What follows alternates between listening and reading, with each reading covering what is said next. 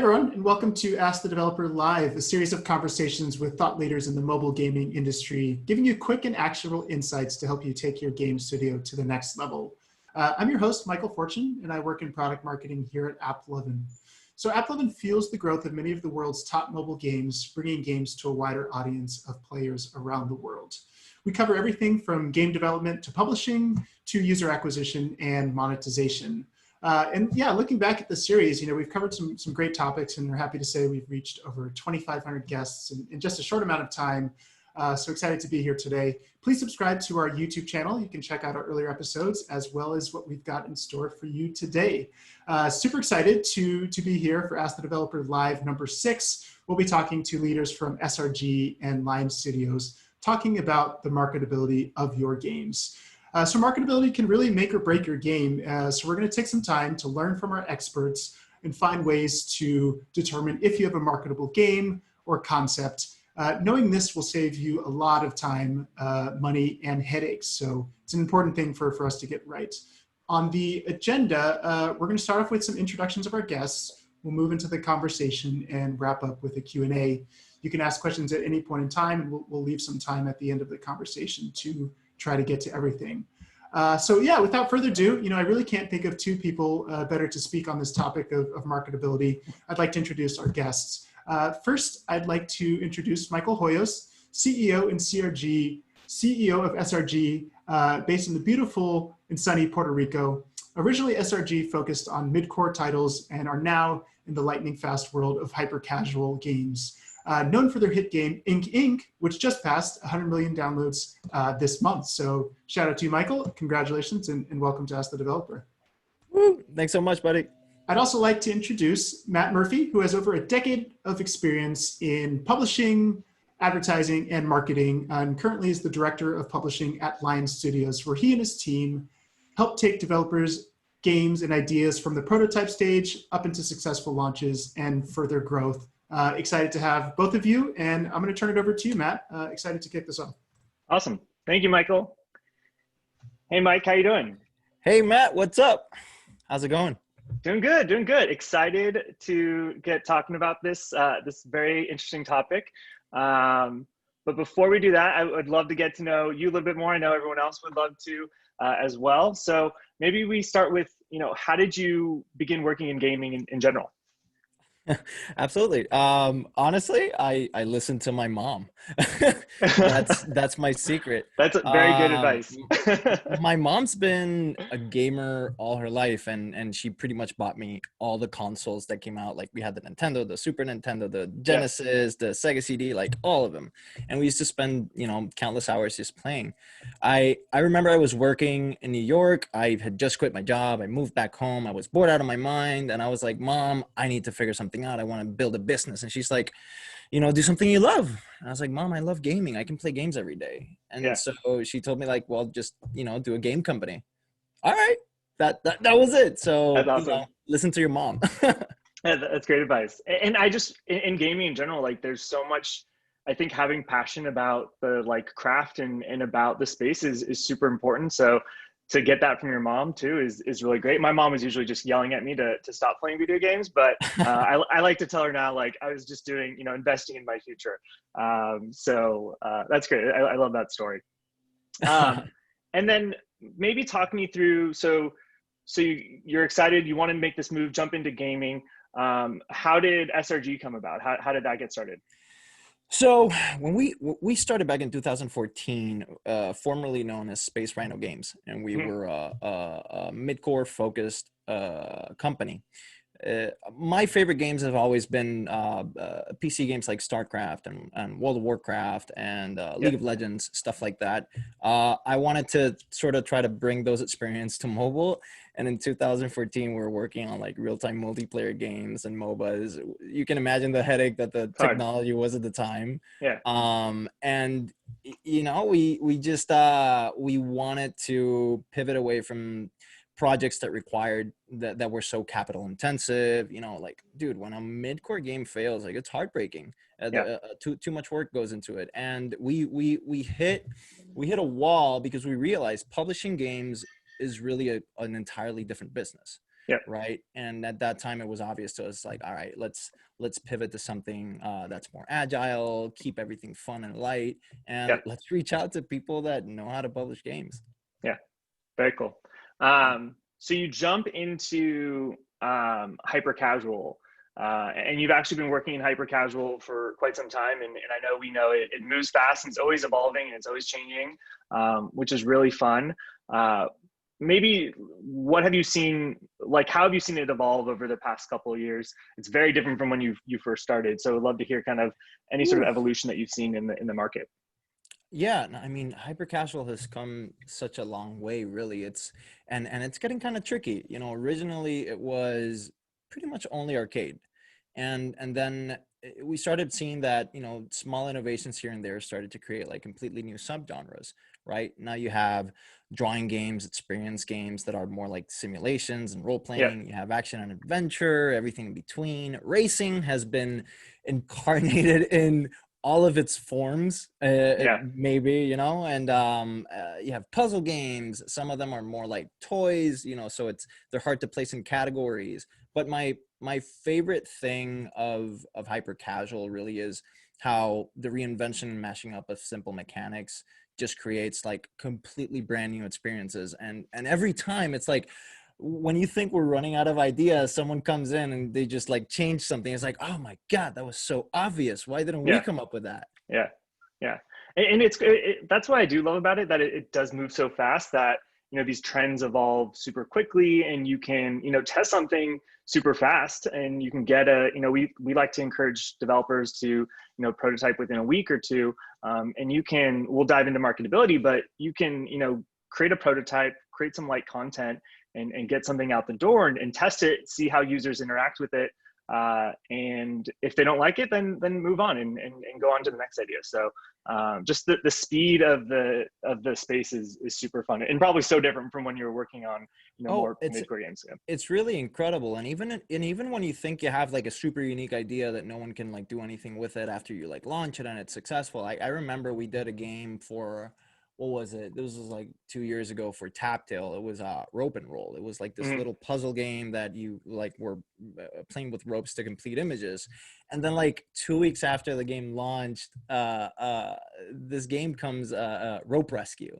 And it's like a completely different way to approach the same mechanic. And it also did very well.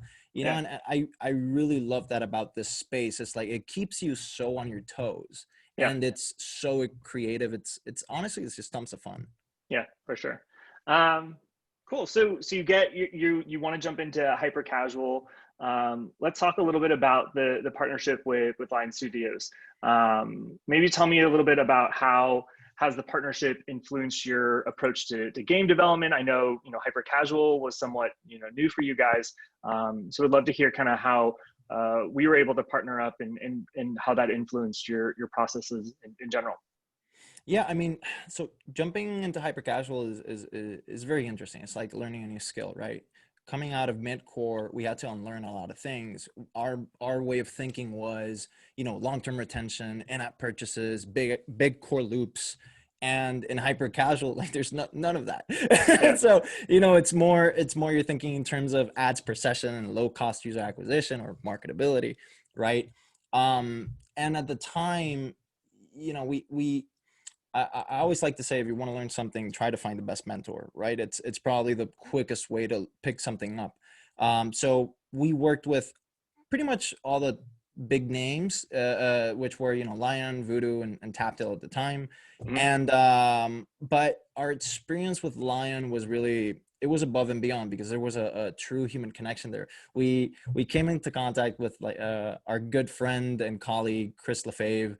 I mean, Chris really took the time to get to know us. He got to know our style, our quirks, and, you know, after jamming a couple of games out, we came up with Ink, you know, and well, you know, the rest is history. That went on to be fairly successful, and, you know, we really found a home in the Lion family. They taught us the hyper casual ropes, rapid testing, what KPIs to look at, how to correctly inform your design and your creative campaigns with data. And that's a huge one. That's what really changed the game for us. Like the amount of data that we have access to and how to read that story, you know, that looking under the hood, that understanding beyond just a cool idea. Like cool ideas are great, but if they don't market and if they're not engaging, they're not going anywhere.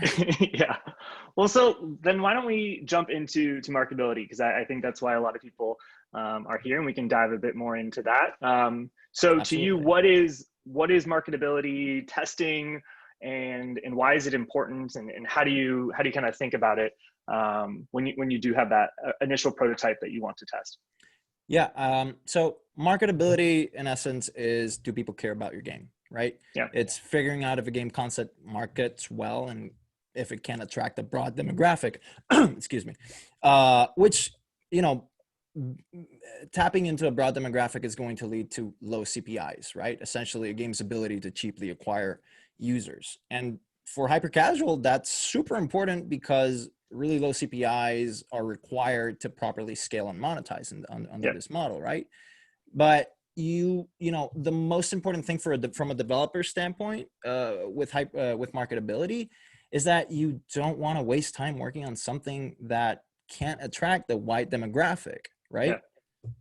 Yeah, exactly. And I think with a lot of these games, we're trying to, it's funny. I mean, hyper casual is fun in ways too, because you do reach a lot of people and you do reach a really broad audience, and we're acquiring a tremendous amount of users. And it's really fun to think about, you know, I'm creating this experience that, you know, a lot of people can enjoy. And I think that's actually a really important step when you're thinking of a prototype, or if you want to jump into the hyper casual space, is really think about the concept itself, right? If the concept is very niche and it's only going to speak to a really you know, core group of users, and it's not relatable, or if people just don't understand it, right? If they're watching that ad and they're just like, what is going on? Or this is just like, it looks too difficult or challenging, or it looks like more like a mid-core game, right? There's a lot of little details that can deter users from wanting to play the game. So really even that concept phase is super important.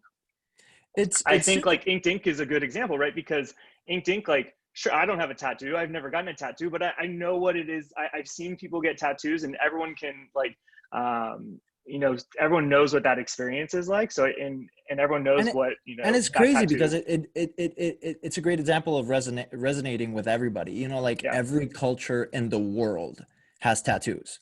Yeah. You know, and it's kind of obvious, but that's also part of the challenge, right? It's like peeling away all these layers to reality. Oh my God, I'm getting philosophical, but you know, and just finding the essence of things that permeates humanity.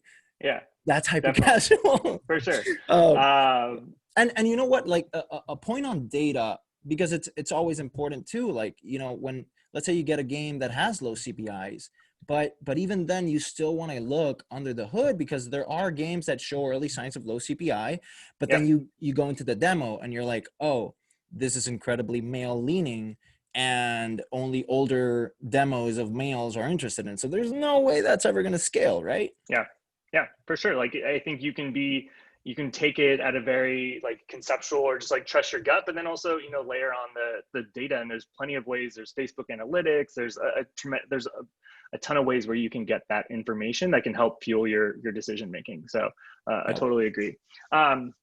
Maybe a little bit more into the nitty gritty. What is your marketability testing process? You know, maybe you have this concept, you have this idea, like, okay, cool, I want to, you know, test this new idea.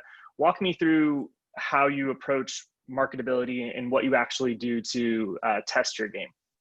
Yeah, I mean, our approach is very just like a science experiment. You know, it's you want to establish a control group initially. So what you want is just pure gameplay on that first video. You want to clean it up as much as possible. We like to use you know, just like clean backgrounds, make sure there's not a lot of noise.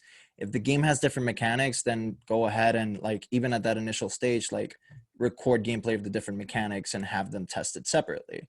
Right. And all you're doing is just like doing the tests, seeing, watching the data come back. If the CPIs are good, you know, you keep going. If the CPIs, and we'll get into more of the details of that, but essentially, you know, at that early stage, it's all about, is there anyone out there interested in this, or do we just want to kill it and go ahead and move on? right? Yeah. Yeah.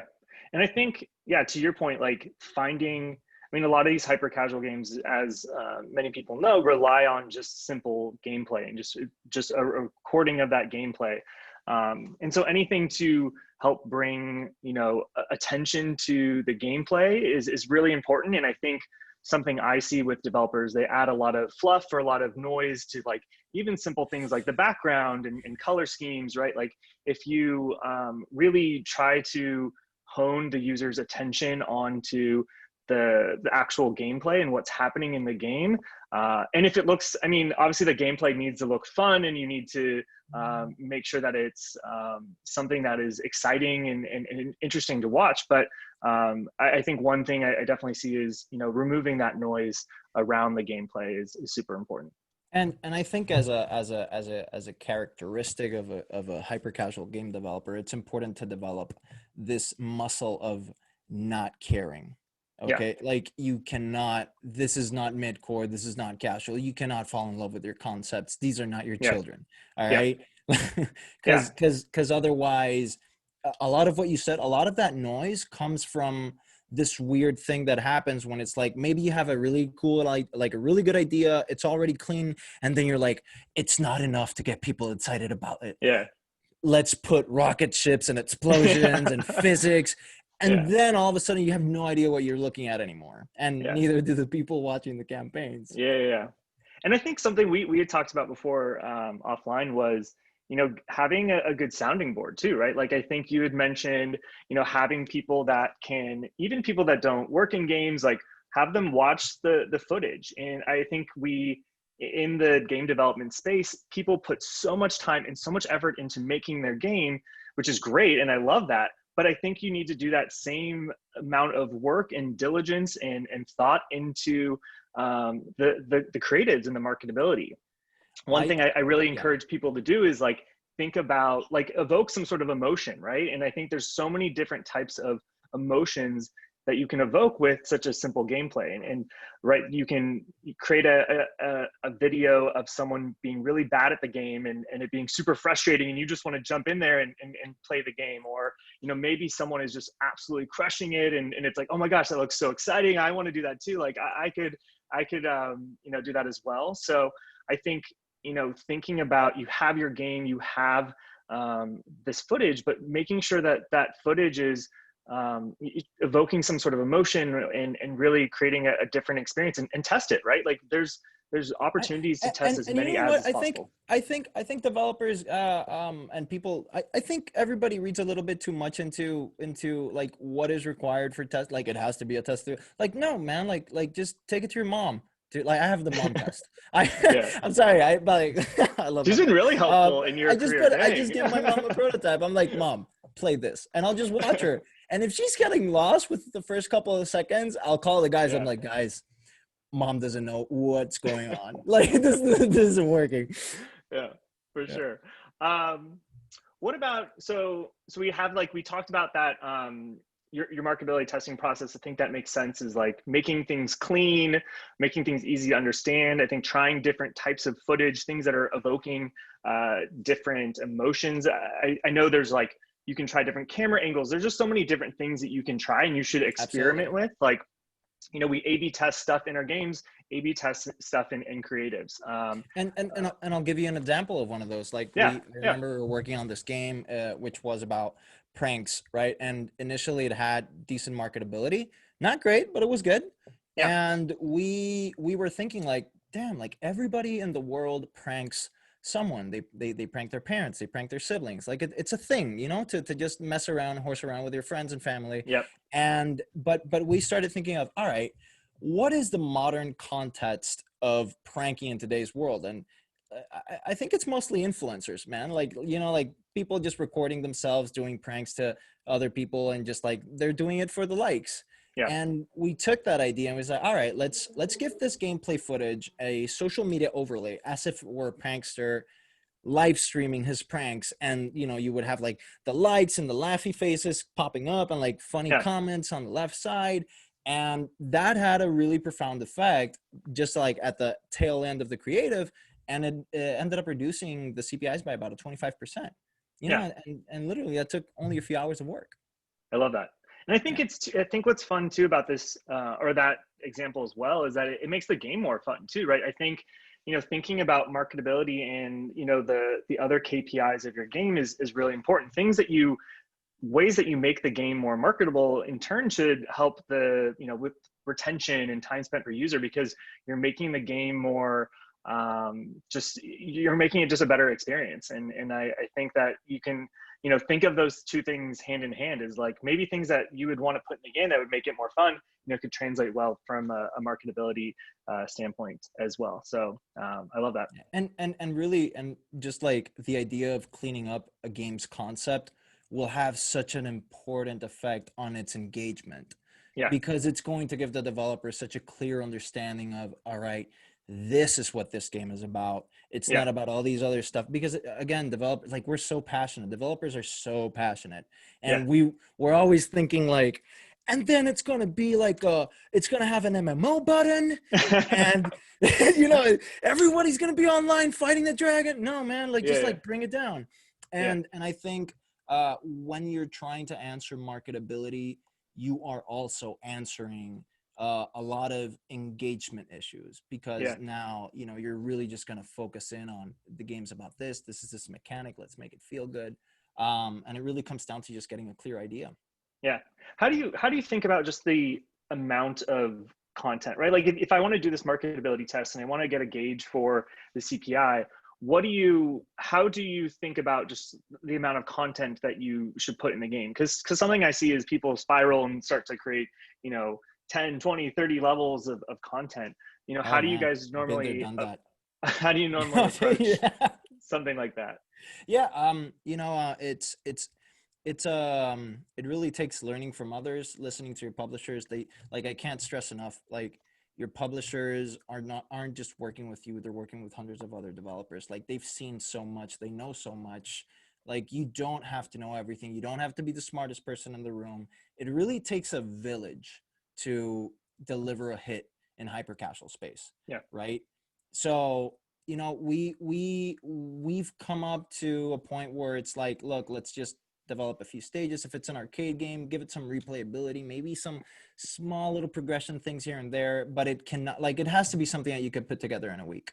You know, if you can't put it together in a week, you're doing something wrong, or you're trying to build something that isn't particularly for the hyper casual space. Yeah, agree. And I think we see the charts, like, if things pop up and all the time. So if you're spending too much time on, you know, a concept, you're just going to get, you know, left behind. And you really do have to move fast and try things quickly. And if it doesn't work, like, just move on and, you know, always put your best foot forward. Always try to, you know, make sure we're following some of these best practices that we're talking about. But if it doesn't work, you just have to move on it at some point and kill the game. A good exercise that we like to do is, you know, when when someone starts getting crazy, we'll start playing all the top 20 hyper casual games on a big screen, like a big 65-inch screen in the office. And the point of the exercise is to look at the top games. Most of them don't require as much work as what you're currently planning on for the prototype that you're talking about, right? That's when, you know, it's like, all right, we got to dial it down. It's a good reminder. For sure. What about, I mean, something we get asked by, and we've talked a little bit about this, but maybe you can provide some other thoughts on this area. But, you know, we always get asked from developers on, like, hey, here's my idea. This is the CPI. How do I make it more marketable? Or maybe there's some, like, best practices or things that you kind of think about at a high level that would be helpful for, you know, just approaching marketability in general. I mean, so absolutely. And when looking at a game, so, okay, we just tested it. We have some early data, right? Yeah. There's going to be 4 scenarios. 2 of them are very obvious and 2 of them are kind of tricky. The obvious ones are if a game has, you know, low marketability, low engagement, that's a pescado abombao, stinky old fish. Throw it away. Don't even think about it too much. So the game has a low CPI, or it has a high CPI and low engagement. Like high CPIs, no engagement, like, or bad engagement, like, throw that out. That stinks, right? And then you have the other obvious scenario, which is low CPIs and super high engagement or good engagement, yeah, you're good. Keep going. Yeah. Like, you know, green means go. Yep. But then we end up at these other two sort of murky scenarios where it's like you have a game that has high marketability, but low engagement. And we're not going to dive too much into that. But the idea there is like, look, if your game has low engagement, but it's marketing well, you clearly need to work with your fun factor. You got to go into those mechanics. You got to make them feel good. And then you end up the last scenario. It's a game that has high engagement, but low marketability. And here's where it gets fun, because there's actually a lot that we can do to improve marketability. Yeah. Yeah. What do you, and like, what are some things that you try or that you would do to... So when thinking of marketability, clarity is king, truly. Yeah. Right? We like to think in terms of 4 categories: theme, art, mechanics, and creatives. Yep. When it comes to the theme, it's not just what is the game about? That's the obvious question, right? But it's also, what does a person seeing a creative of this game, watching gameplay footage, what do they think the game is about? Making sure you're aligned with the people that are watching that creative on the theme is super important, because otherwise, you know, like, forget about relatability. They don't even know what the game is. Yeah. And I think that's like, even going into the like different, I mean, within hyper casual, obviously there's different genres of games. And I think, you know, being thoughtful around, hey, if you're making a narrative based game or an arcade game, or, you know, more of an experience based game, I think also, you know, factoring that into the theme is trying to understand, hey, if it's a narrative based game, you know, people are probably want to play this game because they enjoy the story, and making sure that, you know, when we do run an ad or run footage, that scene is a particularly interesting or captivating for the person, right? So like the actual content and the story being communicated, right? With Save the Girl, for example, right? It's a very simple game. The mechanic is simple. You're choosing, you know, one scene or the other, but we see varying marketability depending on the scene. So making sure that you're trying different scenes with different themes, right? Like, you can experiment with, in Save the Girl, there's danger, there's love, there's all these different types of emotions that you can experiment with. So making sure that you factor that into the process is important as well. So yeah, I always try to encourage people to think about what kind of game you're creating, and the audience, and why do they want to play that game. If you don't know why they want to play that game, then the ads and the creatives that you create for those games are not going to, you know, align well with the audience. So I think that's super important to keep in mind as well. That's a great point. You know, it's being thoughtful, not just about the idea that you have in your head, but what is the right way to express that idea through game mechanics. Yeah. Exactly. And if those two aren't aligned, and look, like, and I think no one's an expert on this really, because that's actually where a lot of innovation can happen. You know, it's like, oh my God, what if we mix a crazy arcade game with texts and freaking, you know, drawing mechanics? It's like, all right, maybe, you know, maybe crazier things have happened in hyper casual. yeah, for sure. Yeah. So theme is one. What else do you think about from? So we have theme, we have art. Now, in art, there's 4 main things that you have to think about. It's colors, camera placements, environment, and characters, right? Cool. Now, we like to focus initially always on color and camera placements. Why? Because, all right, like, as developers, we're always worrying about, are we optimized as a studio? Are we putting our resources on the right projects at the right time, on the right thing? And you really don't want to waste your developers' time, right? Yep. So colors and camera placements are so low-hanging fruit. They require so little resources, and they can have an incredibly profound impact on your CPIs. Right? Like, and like, dude, like, a game will change. If you just play with the camera, like top down, third person, first person, those are 3 different games, but you didn't have to build 3 different games. Yeah. And I think that's a great example too, of just being able to take bigger swings that don't require a ton of work, right? A camera angle, I think, can make a game seem or look so different, right? If you have that, as you mentioned, like, if the camera is up top or to the right or the left. And I think it also helps you differentiate from, you know, other games in the market, right? I think a lot of times what we see is people will take a game and maybe they have a unique mechanic, but they keep the camera angle the same as, 10 other games that are in the charts. Well, if you imagine a user scrolling through Facebook or Instagram or, playing other games, if the camera angle is really going to influence them. So, and it's very easy, right? Like just change the camera angle. You can run multiple ads and run different pieces of footage with different camera angles, and it's a really a lightweight approach from a development standpoint as well. So and that's unfortunately there's this thing that tends to happen, I think, in every market, where it's like sort of this echo chamber of ideas, because I think a lot of developers, they want to make it in hyper casual, but an emulation of the competition can be a good practice to a certain extent, but like, and look, I'm just going to lay it out for everybody out here. Like, if you make a game that looks like another game, you're never going to find the market. Like, that's just standard, Yeah. You really have to provide like a unique experience, right? And I think you can obviously use the charts to get inspiration, or even what I encourage people to do is like look at the creative. I mean, there's Sensor Tower, there's a bunch of other services that you can use to actually watch the creatives, but look at those creatives and try to understand like, what is it about this thing that people like? It isn't, and if you're just going to clone it and do something, directly that looks exactly like it, you're competing against a game that is already, that has already been seen by thousands and thousands of people. So, sure, you can get inspiration, but you really need to create a unique experience for the user, or it's not going to work. I like to think of it as oasis in the desert. Like that's what a market looks like to me. It's water in the middle of a desert, and when someone finds it, they have to act on it quickly. Otherwise, all the other animals come over and they drink the water.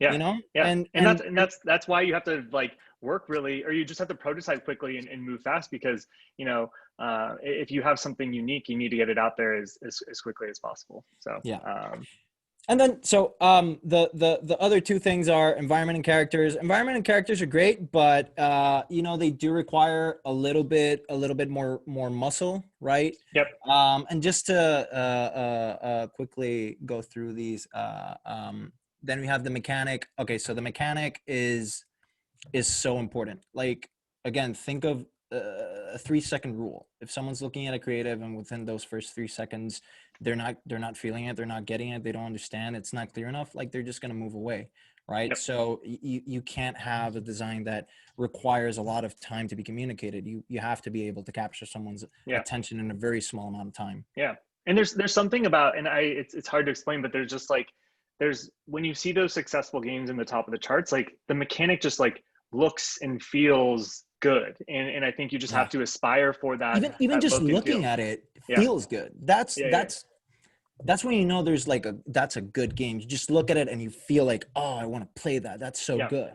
Yeah, for sure. And then lastly, we have the creatives, which tie everything in together. And as you said, like they provoke emotion. You're framing your game into different emotional scenarios. You're adding custom animations, custom camera work, facial expressions to the characters. The more emotion it provokes and the more relatable it is, the broader the audience it reaches. So just to recap for the developers out there: remove the noise, make it clear, make it emotional.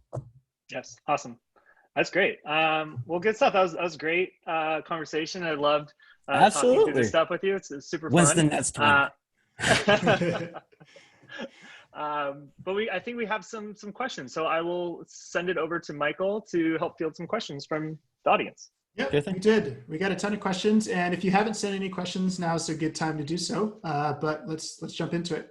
So one of the other questions that came in was, obviously the hyper-casual space moves really fast.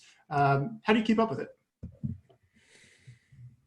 Yeah. How do you keep up with it? Man, you just have to play every single hyper-casual game that comes out, and like try to learn something from each and every one of those games. There are some waves, there are some trends in the market, so like when drawing blew up and everybody was doing drawing games, and so like you start catching on to this sort of rhythm.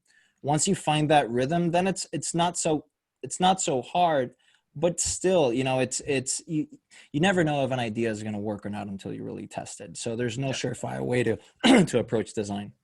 And I would say killing games, I know we touched on this briefly, but killing Yeah. games is so important. And I Super. think you can easily get tied up in a game that you personally are really excited about, or you like, or you're like, I think there's something there. At some point, and it needs to be sooner than later, you should kill the game and you need to move on and try something different, because you're just going to get caught up in the game and be stuck with a losing concept, unfortunately, and not be able to actually publish it.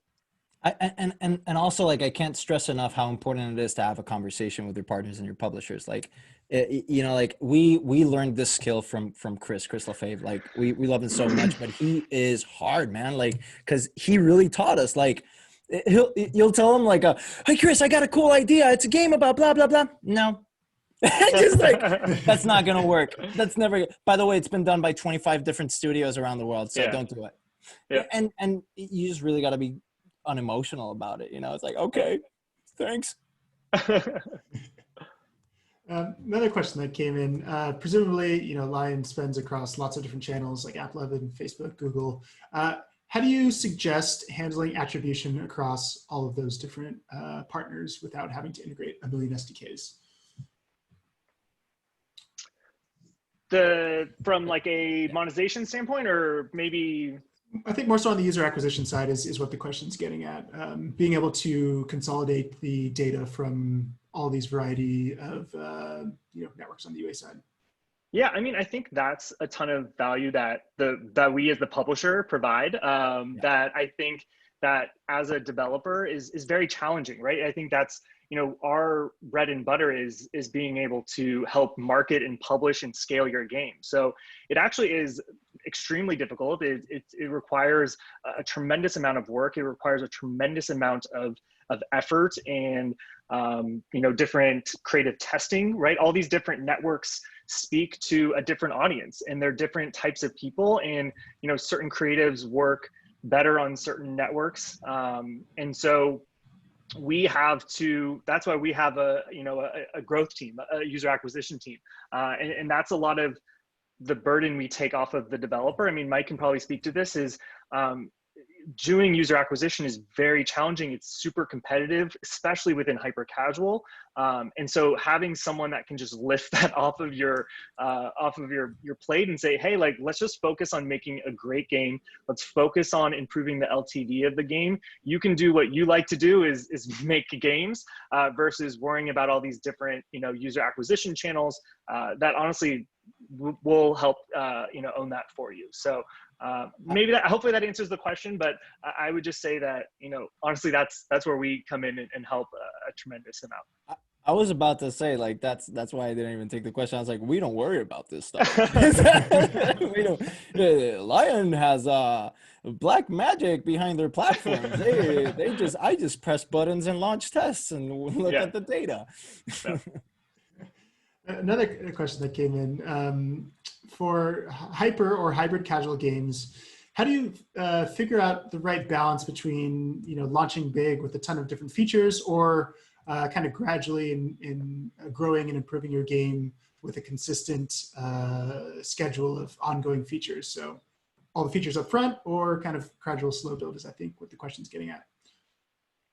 I think there's an essential core loop that you need to build out, because a hybrid casual game needs to be way more immersive than a typical hyper casual game, right? And you'll see a lot of things like stronger retention on those games. So but you can't go overboard, right? Because the same thing happens. Someone can get on the same idea train. They may launch something and eat up your market. So it really is. And again, it's a it's a conversation with your publisher. Like, they're gonna have a really nice feel for the pulse of the market, right? It's like, all right, let's give this a couple of weeks, see where it's at, maybe add some features, but let's make sure that we're increasing RPIs, we're looking under the hood, we're keeping an eye on our funnels, everything's strong. And you know, it's a gradient. You go from soft launch to worldwide launch and so on and so forth. Yeah.